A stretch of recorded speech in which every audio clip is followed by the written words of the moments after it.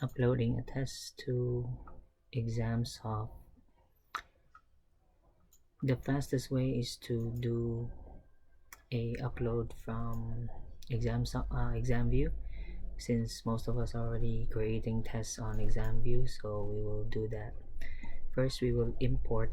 If you notice here, when you click the import queue, the files that it will accept when you hit upload are only these. So we will have to export our exam view file to an RTF file, and then from there it should easily upload to Examsoft. So first you go to your test.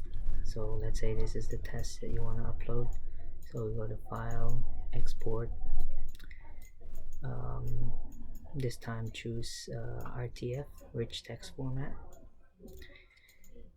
name the file, and then choose a destination where you save it,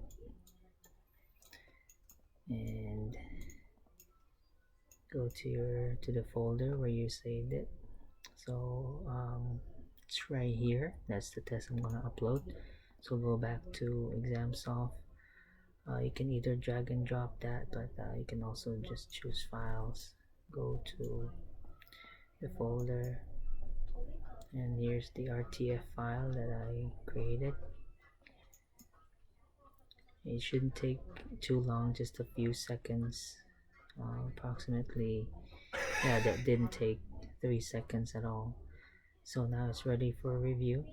I'll click that, and I would fix it from exam view. So I will click the pencil so I can fix the errors.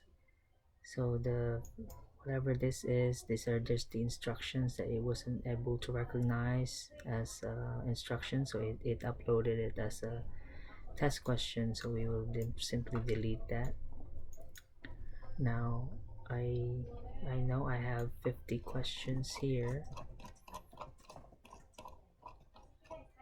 Okay, so later when we begin our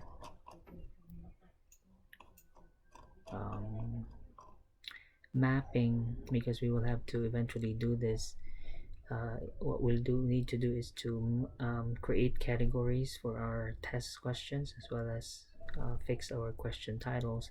So let me just show you one, for instance. So anything that has red saying unable to match the category is that just means the category, the NCLEX categories are incorrect. So choose this test, and I'll simply delete these for now. We can fix our categories later. We will have to agree as a faculty on how to do this, what standard categories we're going to use, so that we're all the same. We will need this for accreditation later. So you do this for each one, click save, and then you go fix the others. One warning though is, as you saw on the when we first opened this, the first question there, which was actually the instructions on the RTF file, was recognized as a test question, so we deleted that. And also another part is where your questions changed from multiple choice to now the let me show you what I mean. If I open this,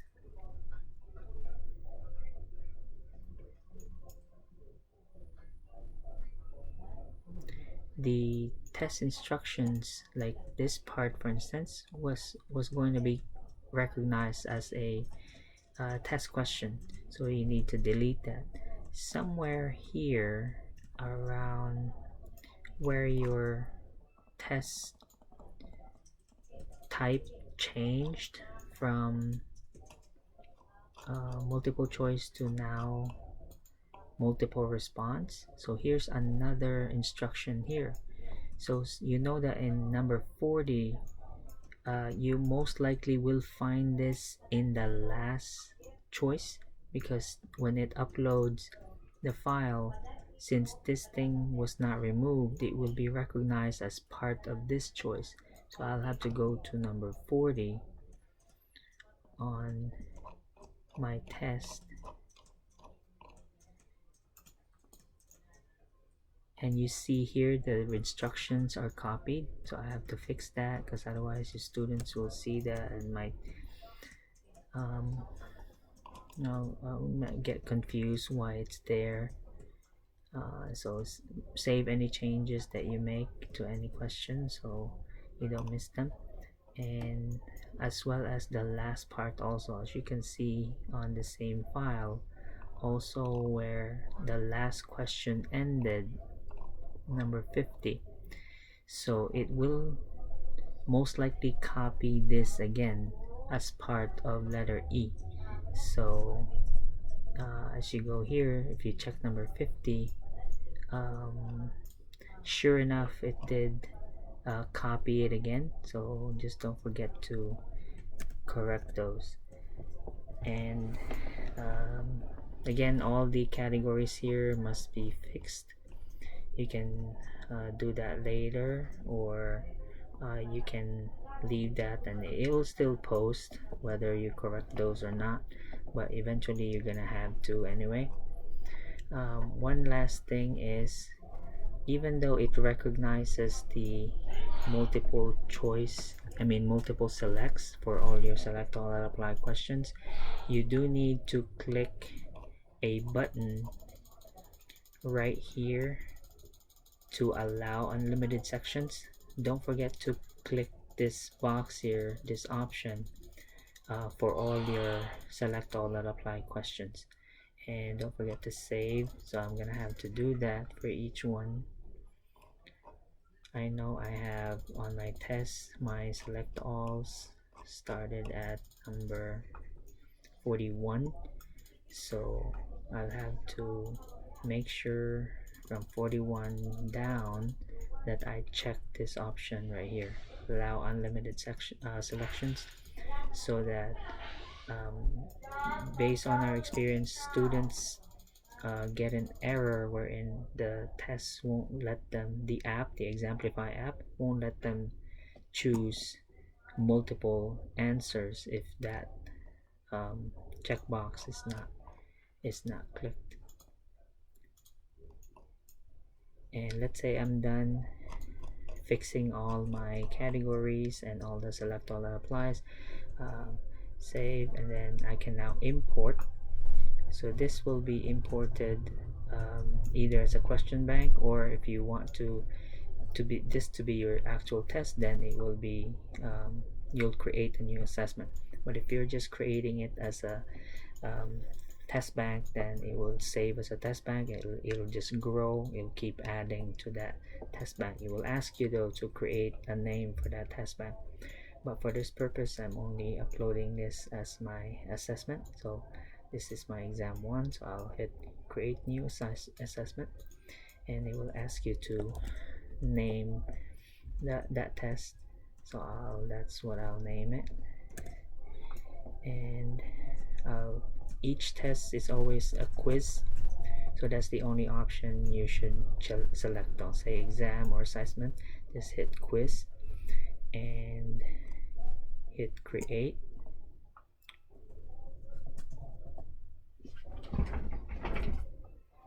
And now you can proceed with your assessment options. I typically leave the percentage blank because you still need to review your test afterwards, so you don't want to give them their scores. Plus, if there's any errors, it allows you to fix it before you release the scores. I always hit randomize both the question sequence and the answer choices, and the time limit we have currently, we agree that it'll be 2 minutes per question once we get to Examsoft. So it will now be 100 minutes for every test question, so 50 times 2, that's 100 minutes. I'll go ahead and allow these options here. We did agree that because we're giving them 2 minutes per question, that we no longer allow backward navigation. So just hit yes. So it will lock each question as they move forward. No more backward navigations. Um, this universal code here is randomly generated. We will need this for if students get an error and then they attempt to log back in. The Examplify app will ask them for a resume code, and this is what you give. You can also see this later under the post settings or under proctoring. I'm sorry. So I'm done with this page, so I'll save and continue.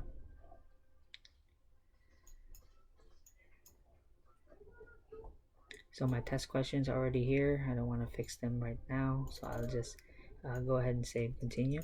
Since I have a nice round number 50, I know that will automatically give it 2 points each. I don't have to do that. Or you can do also 100 and distribute points. That will automatically change the point value to 2, but that's not always necessary.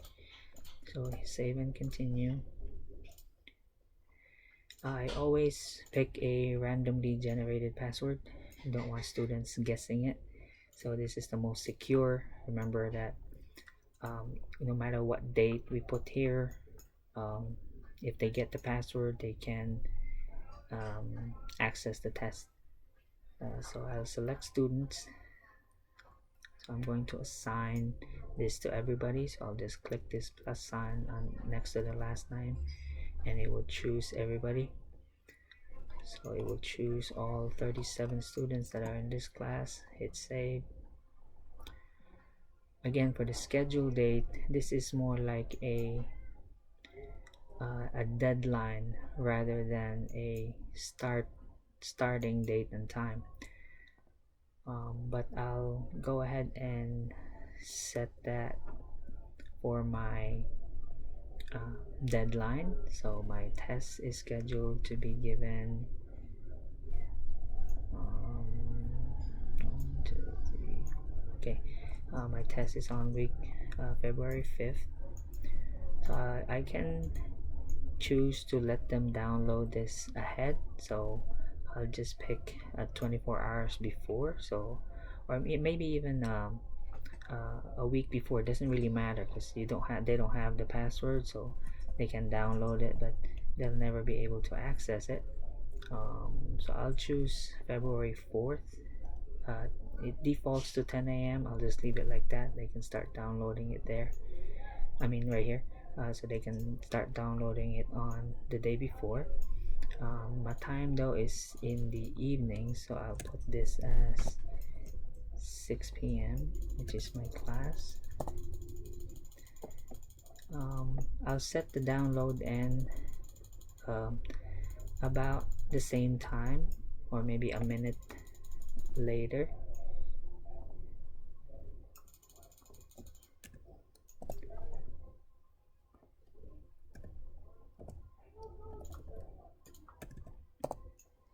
Okay, and my upload will be, I want them to be uploading this before the night's over. Of course, I don't want them to be holding on to this for too long because I need my test results. You can also leave this blank. That way, if students have any trouble, let's say there's a storm, they lose internet connection, can't upload until the next day, you can leave it blank. It's fine. They have no way of accessing the test again. Once they hit submit on the Examplify app, it's impossible to open and see the test again. I only give them one download. So the scenario earlier where I said if a student during the test loses there's an error on the app, for instance, the device crashed, so it may be necessary for you to add a download. So you can just go back to the post settings.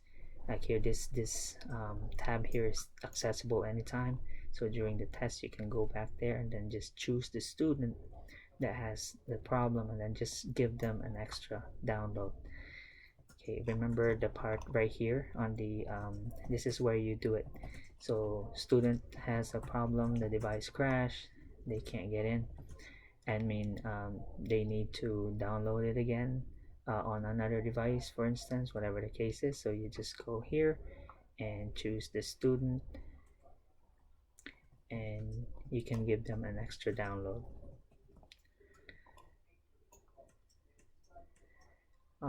You can choose to, so I'll just put due date for mine, for my delete, remote delete.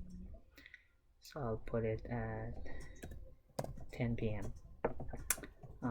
Don't forget to hit exam ID. So this enables the additional security for sign in, requiring them to log in with their face and the biometrics when they log in. And this is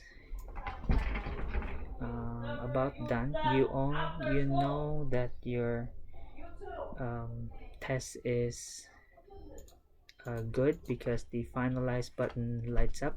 Otherwise, if there's a problem with your dates, then this will remain gray. It won't let you finalize it. So I'll go ahead and finalize. You get one more check to see if your settings are fine, and then I'm satisfied with that, so I'll go ahead and post it. And that's it. There's my test. It's already posted, and it's good for download on February 4th.